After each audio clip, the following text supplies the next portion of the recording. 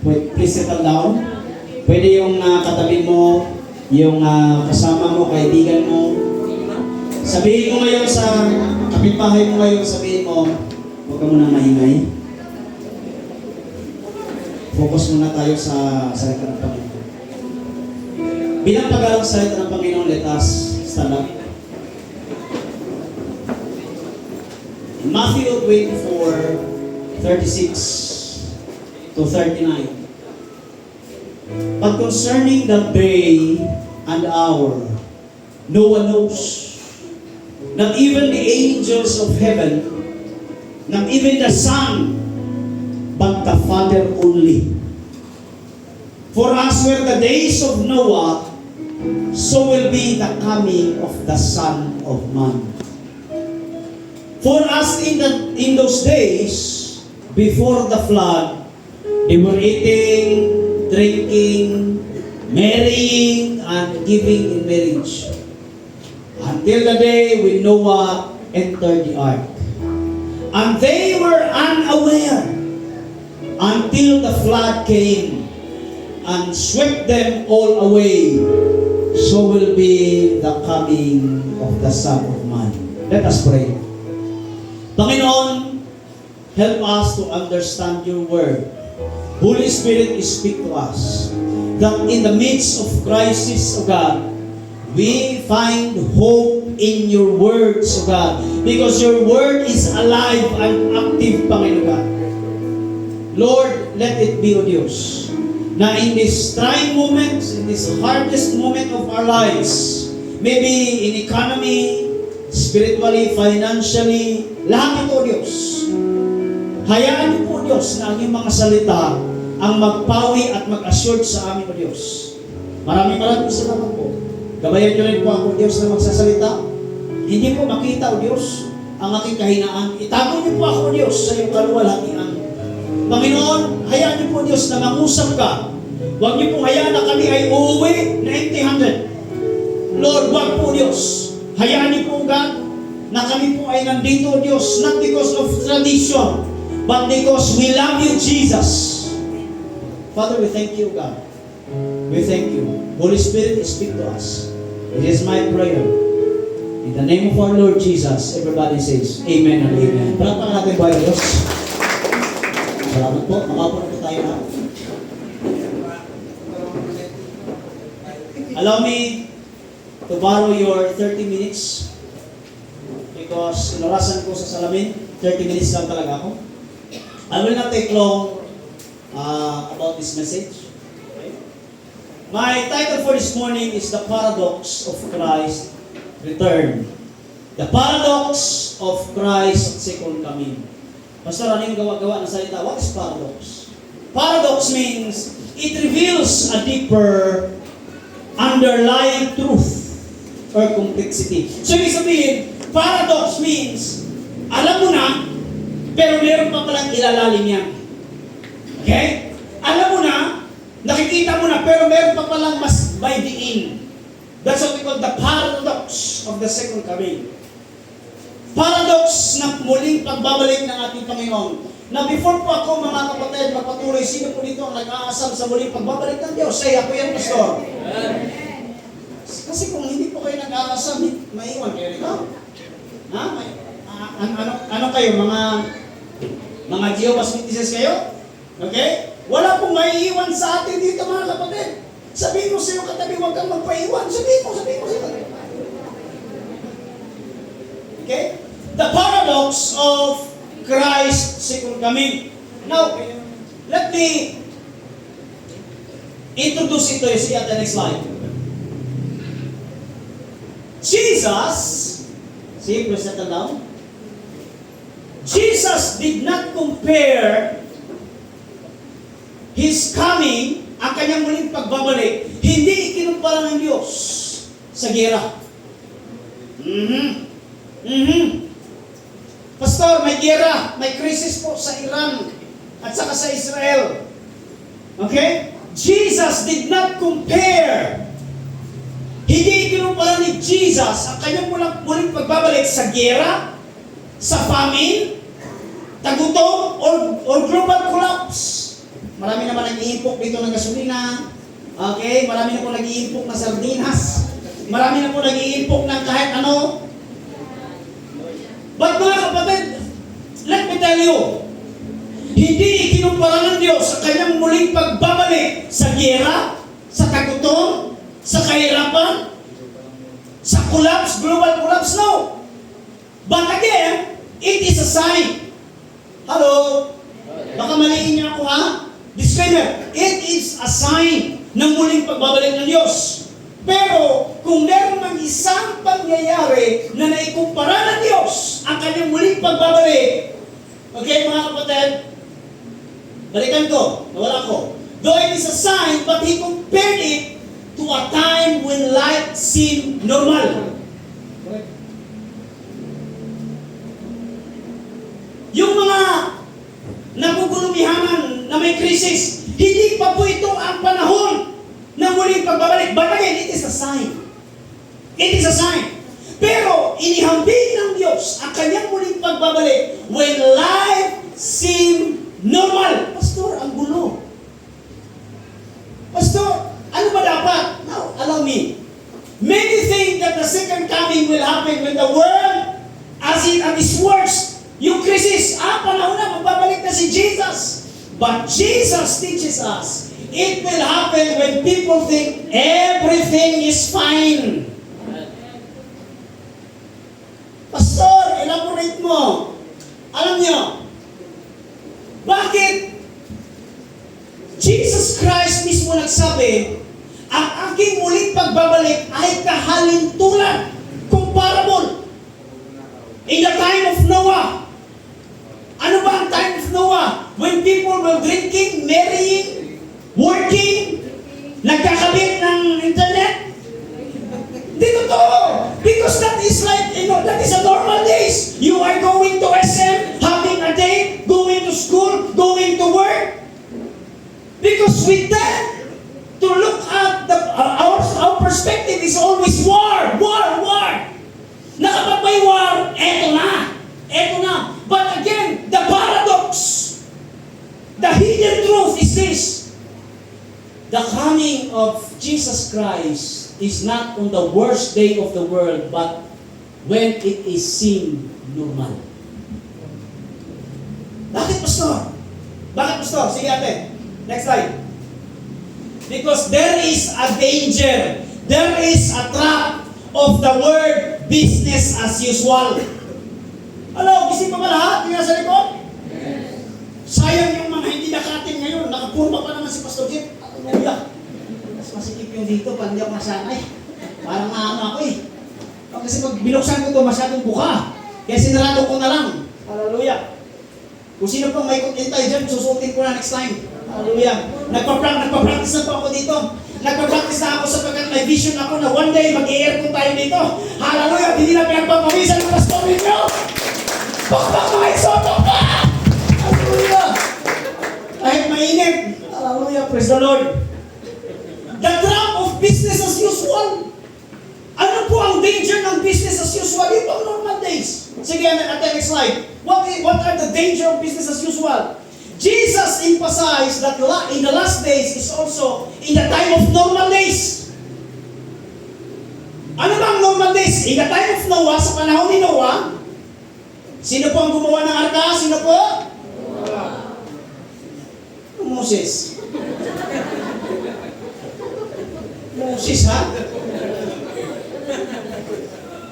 Si Noah ang gumawa ng arka. Tandaan niyo po yan. So, inihambing ni Jesus sa kanyang muling pagbabalik, in the time of Noah. So, in the time of Noah, anong ginawa? They were in routine. Anong routine? Gising sa umaga, alas 5, malinigo, punta ng trabaho. They were in routine. They were in the normal days. Pagkahapon, maniningil. They were in the normal days. They were in the normal days. They were in routine. Okay? Jesus described that people in Noah's time, eating, drinking, staycation. Hallelujah! Praise the Lord. Mga tatay, ha? Canopy. Marrying, giving in marriage. The danger was distraction and spiritual complacency. Pastor, ako kasabot, hindi ko maintindihan. The danger of normal days, mga kapatid, kapag normal na panahon, ang anong gagawin mo mga kapatid? Ikaw din ay pakuya-kuya-kuya sa pananampalataya. O kasi normal eh. Normal. So the danger of business as usual. Sige, next slide. Next slide. They were busy but not aware. Yung mga tao sa in the time of Noah ba? They were busy but not aware. They were living but not discerning. Ano discerning? Na may darating na baha. They were existing but not preparing. Life felt easy. Parang easy lang ang buhay ko, pastor. No urgency. Walang pag-prepare. No warning in their minds. And then, suddenly, boom, baha. Patay, bagsak. Patay lahat. The flood came. Why ba lahat mga kapatid? So the easy life. Bakit may danger ang easy life? Next slide. Sabi ko kasi 30 minutes lang ako eh. When life feels predictable, easy, the human ego tends to believe it is the master of its own destiny. Kapag ang buhay ay easy-easy, nawawala ang paghawak mo sa Diyos. You tend to believe ikaw ang master ng sarili mong buhay. Kasi normal ang lahat eh. Gigising ako ng umaga, magtatanim ako, aanin ako. Life is easy. The easy life. The problem of easy life is this. We stop looking for God. Sabihin mo sa iyong katabi, sometimes you stop looking for God. Sabihin mo. Sometimes what? Totoo. Why? Because we are too comfortable looking around our own achievements, our own strength. Yung easy life, hindi ko kailangan ng Diyos. Easy ko lucky. Easy ko lucky. Meron akong trabaho, meron akong negosyo. Okay lang. That is the danger. The people in Noah's time, ganon ang nangyari sa kanila. Hindi ko kailangan. Kahit si Noah nag-build na ng arka 400 years, hindi ko kailangan ng arka. Normal. Hello, buhay pa ba lahat? Gising pa ba lahat? And because of that normalcy na mga pangyayari, hindi na kailangan ng Diyos. Dumating ang baha, patay sila lahat. Next slide, ma'am. The abnormality of normalcy. Comfort is also a test. Nandito po tayo, mga kapatid, magtagal. Akala natin ang crisis, yun yung test? No. No. We often view trials as the only test ng ating pananampalataya. Mali tayo dyan. Because sometimes, comfort, hallelujah, Jesus teaches us that tranquility or peace is a greater test because it reveals our need for God or not. Kailan ka lang tumatawag sa Diyos kapag may problema? Sos, ipusta ko ang sweldo ko kung meron akong sweldo.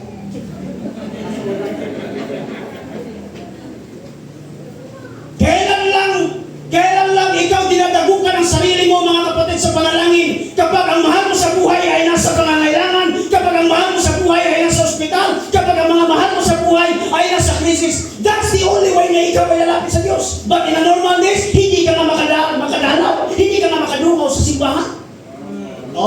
Palakpak ang sarili mo. Tama, pastor, amen, pastor.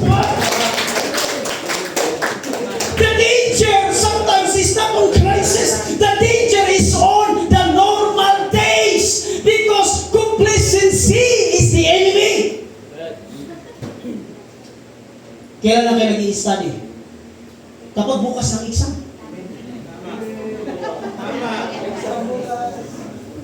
Pero kung maraming time, walang exam, hay, Roblox. Amen. Remember this one, mga kapatid. Hallelujah. Tandaan niyo ito, Sometimes, trials is not on crisis. Trials is when you are too much comfortable. Masyado kang komportable ba? Yung mga tao sa panahon ni Noah, sobrang komportable. Dumating ang baha, patay sila lahat.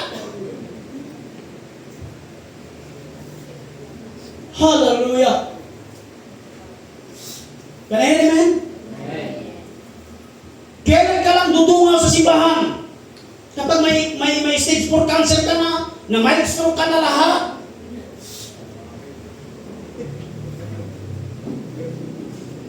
Pero pag normal days,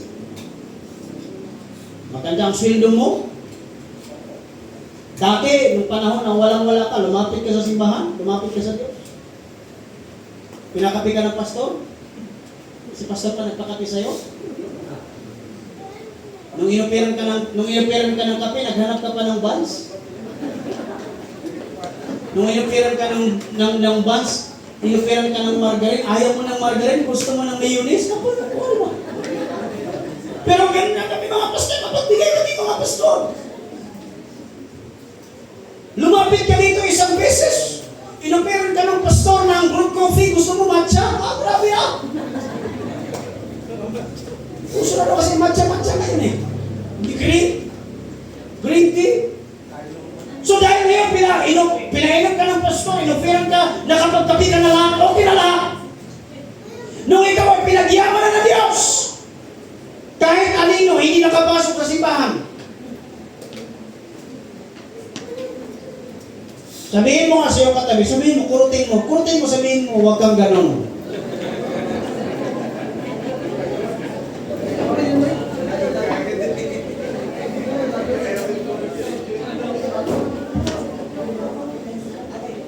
Ako kapatid, kahit paano may pagmamalaki na ako sa Diyos. Hindi sa inyo, sa Diyos. Si Papa, ang kanyang pagpapastor, around 40 plus na. Ako kung sasummarize ko ang aking pagpapastor, nasa around running 15 years na ako. Grabe no? Running 15 years na ako. Pero sa loob ng 15 years, baguhin naman natin ang kultura natin. Kung gaano kayo kabilis pumunta dito kapag kayo ay nangangailangan ng mga pag-angko, mga prayer, pinag-pray kayo, etc.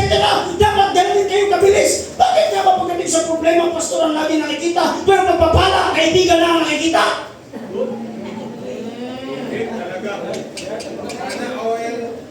Na para mga pastor ay nasa gilid lamang.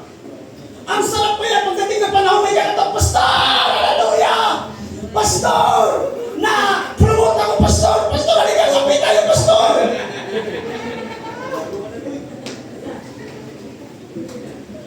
Kasama namin kayo sa iyong kahirapan. Dapat pagdating sa kasaganan, ano kami, iniwan? Uy, ayaw pag-ingana. Walang ganyanan. Sama-sama tayo dito, amen? Walang bagay natin ang Diyos. Ay, iba ako kay Papa. Ay, talagang sasalita ako dito. Ha? Hallelujah. The deception of tomorrow, the problem of the normal days, in time of Noah, the deception of tomorrow. Ano deception of tomorrow? Ayan, bulol na. Yung inaakala mo na may bukas pa. Yun ang nararamdaman ng mga panahon ng Noah. Sa mga tao ni Noah, akala nila, may bukas pa. Mga kapatid, there are no such thing as promise tomorrow.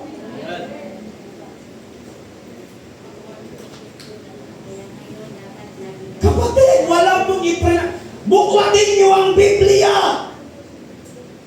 Wala ka makikita doon na pinangako ng Diyos ang umaga, ang bukas. No. Bible tayo. Sige, te. Proverbs 27 verse 1. Do not boast about tomorrow. Huwag mong ipagmayabang na merong bukas. For you do not know what a day may bring. Hindi mo alam kung may bukas ka pa. Sabihin mo nga sa iyong katabi, hindi mo alam kung may bukas ka pa. Sige, tabigin mo.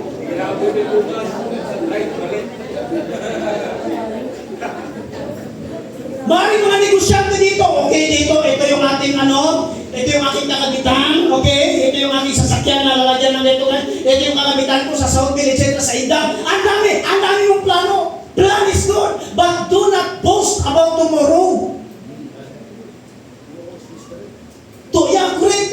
is a mystery. And tomorrow is a gift. Regalo, kung hindi na ibigay sa'yo, wala. There was a song when I was in, teenager. Sikat yun sa crusade. Siguro kung mga nakalala. Tomorrow, I give my life. Tomorrow. Saka tomorrow niya, ngayon, nasa impyerno na. Kasi inalok ng gospel, tanggapin mo na si Jesus ngayon. Hindi, bukas, may bukas pa. Sabi ni Santiago, now listen. Sino yung nagsasabi na today or tomorrow we will go to this city or that city, spend a year, carry on a business and make money? Sa mga nagsabi ng ganyan, huwag kayo pagmayabang. Why? You do not even know what will happen tomorrow. Amen? What is your life? You are a mist, isa ka lang hamog that appears for a little while and then vanishes. The distraction na meron pang bukas. Pwede ba yung nasa kaliwa mo, kurutin mo balik at sabihin mo, wala nang bukas? Sabihin mo.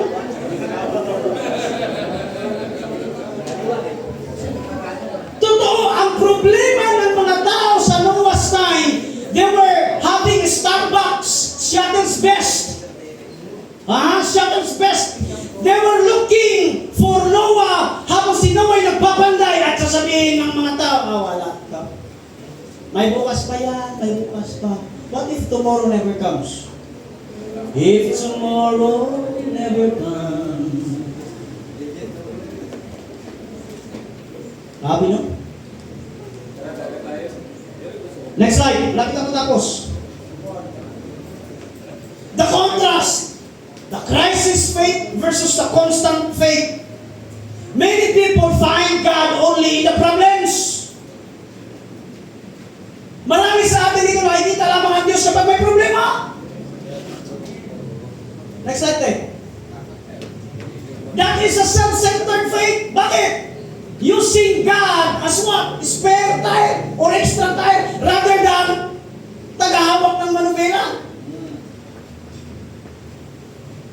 Ang Diyos po natin, hindi po siya extra tire na naalala natin kapag na-flat ang iyong gulong. Can I remember? Hoy, mga nagtatrabaho sa Toyota!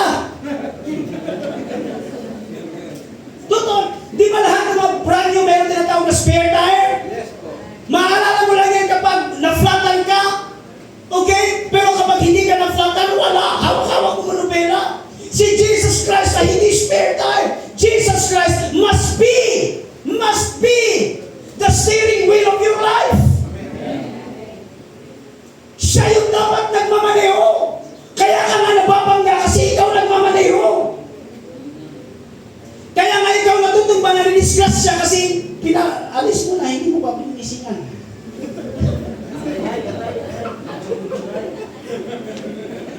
Dudugtong talaga, no? Tingnan mo ngayon. Pangus ang mukha ng motor, pati din katawan, pangus din. Hallelujah! Kahit doon kayo, pwede mo ipabilis yun. Magkaibiyang kababa naman, tapos liko, preno sa unahan. Balik to. Gulong eh. Next slide please. The crisis Christian. Bilisan ko na to. Ano yung mga crisis Christian? Marami dito. Operates on adrenaline. Ano yung pastor? People build their faith only when? Nagiging, parang doon lang nag-activate ang kanilang pananampalataya. When? The world is shaking. Life is falling apart. Fear is overwhelming. War is raging. Mahal ang gas, mahal ang bilihin. Doon lang, dinikit ang kanilang buhay sa Diyos. That is what we call the crisis faith. Sabihin mo sa iyong katabi, hindi ka dapat ganun. Sino?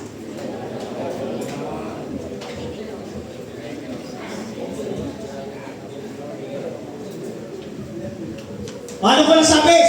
Naka-live tayo, naka-video ako, sige, natabihin ko na. Bahala na At least pag kinuha ko ng Lord, harap-harapan, manunumpa ako sa watawat ng Diyos at sasabihin ko, I speak the truth, but nothing but the truth. Noong panahon ng pandemic, na-shutdown ang mga simbahan, hallelujah, nagla-live si Pastor Bong, na kahit hindi mukhang artista, naging artista bigla. Dito nagla-live. Amen ba mga kapatid? Nagla-live si Papa, ako nagla-live din. Marami nagko-comment din, Pastor, ipag-pray mo na ma-lift up ang COVID, etc. Nung pinagbigyan tayo ng Diyos. Nung unang bukas ng simbahan, halos lumuhod na mula sa pintuan papunta sa altar. Kasi na-miss na ang simbahan. Lumuwag ng lumuwag, ng lumuwag, ng lumuwag, pati pananampalataya, lumuwag din. Hindi na nakita sa simbahan. Kaya nga minsan, binibigyan ka ng krisis sa buhay. Para yun ang parang para lumapit ka sa Diyos. Palakpakan niyo ang Diyos! Hallelujah!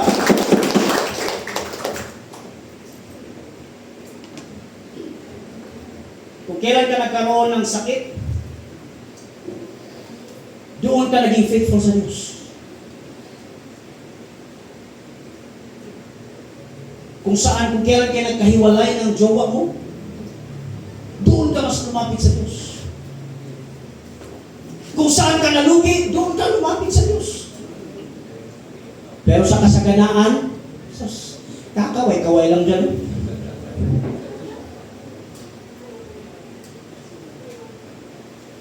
Sa mga kabataan ko, I am praying for a better future kung hindi pa babalik ang Diyos sa inyo. Sa ating lahat. Balang araw itong mga kabataan natin, hallelujah, magkakaroon to ng limousine, magkakaroon to ng helicopter, magkakaroon to ng submarine.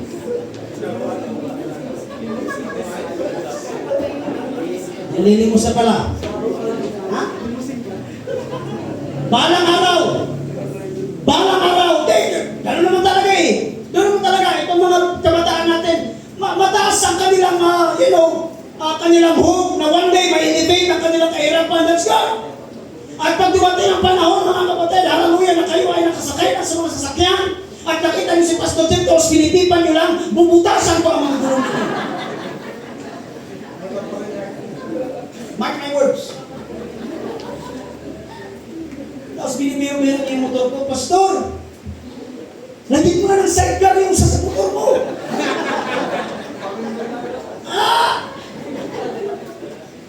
Salamat po sa suggestion. Pero ano ba yan? Ha? Praise the Lord. The crisis Christian. Doon lang lumapit sa Diyos kapag, yung nga, sa COVID. Pagbukas, puno to. Kaya nga tayo na inayos sa simbahan kasi puno-puno. Nagsiksikan. Pati yung ref namin dito, siksikan ang laman. Ngayon din, siksik din ng yelo. Grabe, kasi crisis eh. Crisis kayo nung nag-lift up, grabe ang pananampalataya, umaapaw, nagliliyag. Pero nung wala na, sasambot, hindi makita simbahan. Di ba, Lloyd?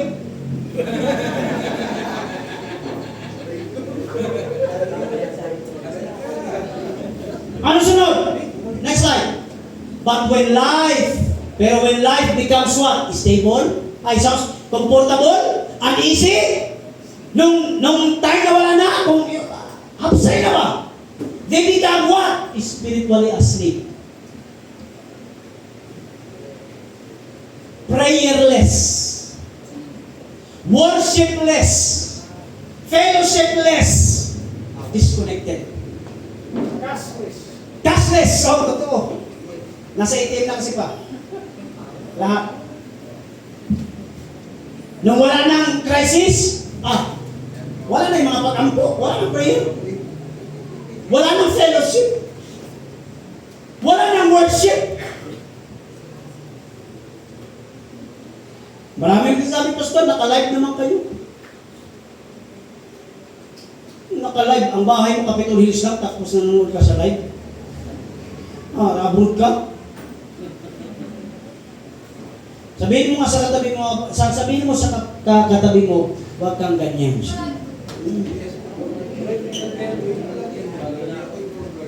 Next slide. This is exactly the condition Jesus warned about.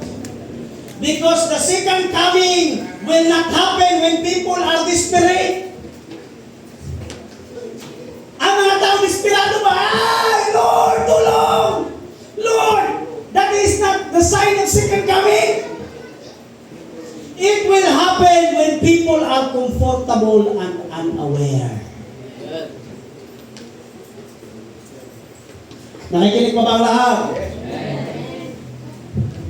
Ano ba dapat, Pastor, gawin natin? Next slide. The Noah Christian. Dapat ito tayo. Dapat ikaw ito. Sabihin ko sa iyo katabi ngayon. Kanan at kaliwa, sabihin mo. Dapat maging Noah's Christian ka. Sabihin mo. Pastor, ano ba yung Noah's Christian? While everyone's faith lived casually, Noah's faith lived intentionally. He prepared when there is no rain. Bakit nga ba ang tao naisipan lang maglagay ng bulkasil kapag umuulan? Napansin niyo yun? Ang tao naisipan lang maglagay ng bulkasil kapag umuulan kasi doon lang nakikita yung tulog. Pero kapag walang ulan, bukas na. Bukas na, uy. He prepared when there was no rain. He obeyed when there was no evidence. Kahit wala pang ulan. Di ba sinasabihan si Noah na baliw? Kasi 100 years na nagpapanday, wala pa rin ulan. Bakit ka nagtatayo ng arka? Kasi, bakit inobey mo pa rin si Lord kahit walang ulan? But he obeyed when there is no evidence. He built while others ignored. Dapat ganyan tayo, Noah's Christian. Next slide. Ang sabi ng 1 Thessalonians, unawain natin ang salita ng Diyos. While people are saying there is peace. While people are saying there is peace and security, then, boom, rapture. Sudden destruction will come. Upon them, as labor pains come upon a pregnant woman, and they will not escape. Yung mga nagsasabi na, sa kapayapaan naman tayo, hindi pa babalik ang Diyos. That is the time na doon babalik ang Panginoon. Next slide, please. If your faith, here we go, requires a crisis to stay awake, kung ang pananampalataya mo ay kailangan ng krisis para maging gising ka palagi sa pananampalataya mo, it is a faith built on fear. Bakit? Lumalapit ka lang sa Diyos kasi takot ka eh. Parang hinay man ang email. Huwag kang lumapit sa Diyos dahil may takot ka. Hindi dapat ganyan tayo mga kapatid. Ano ba dapat tayo? Faith is putting our hope, our everything. Can you repeat it to me, mga kapatid? Samahan niyo ako sa pagbasa. 1, 2, 3, go. Faith is putting our hope, our everything. Sabihin mo sa katabi mo, ang lahat na meron sa iyo. Sige, sabihin mo. Season out of season to the Lordship of Jesus Christ. Palakpakan natin ang Panginoon.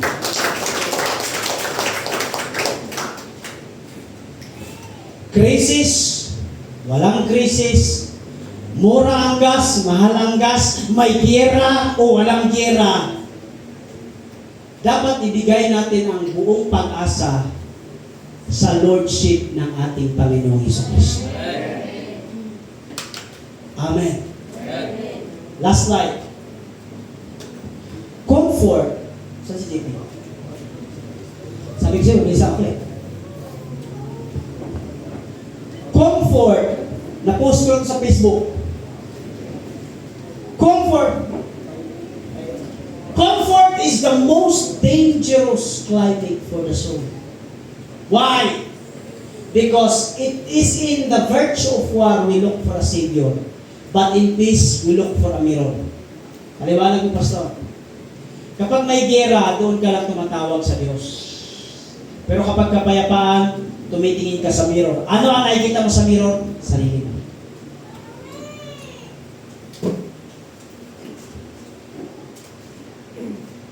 One more time.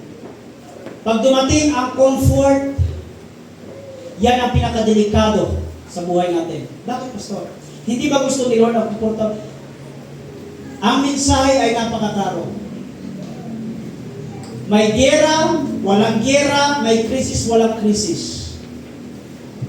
Ipanatag mo ang iyong sarili sa paanan ng Diyos. Amen? Alam niyo na story na ito, pero sa mga hindi niya kakalat i-story ko. Nag-usap ang bagyo at ang amihan. By the way, ang amihan kakatapos lang.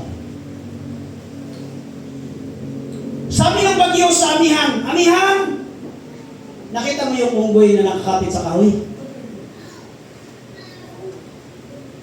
Sabi ng amihan, oh, nakikita ko. Sabi ng bagyo, amihan! Kung sino ang makapaglaglag ng unggoy, siyang panalo. Sabi ng amihan, game! So, ikaw muna mauna, bagyo. Sabi ng bagyo, sige! So, ang bagyo, umihip ng malakas. Brah!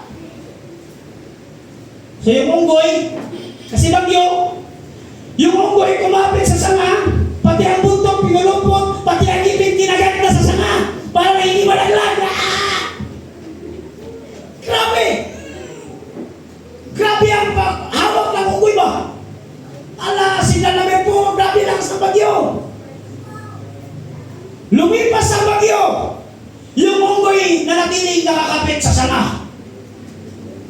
Tapos, sabi ng unggoy, salamat, hindi ako nalaglag. Ang unggoy ay nagpahinga sa sanga. Sabi ng ang amihan sa bagyo, bagyo, tapos ka na? Sabi ng bagyo, tapos na ako, ikaw naman. Dumating ang amihan. Sabi ng amihan, ako naman. Sige, ikaw. Ako nga, bagyo, hindi nga nakapaglaglag sa unggoy, ikaw pa kaya? Sige nga. Dumating ang amihan in a whisper. Amihan eh. Yung unggoy sa sobrang pagod sa kakakapit, nagpahinga, hindi nakakapit, maganda ang simoy ng hangin. Dahil nga po sa mahimbing niyang pagkakatulog, hallelujah, dumating ang amihan, malamig na hangin, hallelujah, at medyo malumanay na hangin. Napulog ang unggoy sa sanga. Sabi ng amihan, bagyo, panalo ako. Nahulog si Rester, unggoy. Ano ang mensahe? Napakadali lang. Hindi tayo nahuhulog kapag may krisis. Bakit? Kapit tayo eh. Kapit tayo, pati mga buntot natin nakakapit eh. In fact, meron nga dito siguro pagkatapos na simba, pupunta doon sa SK, mamimili sa Walter, mamimili, pa-share.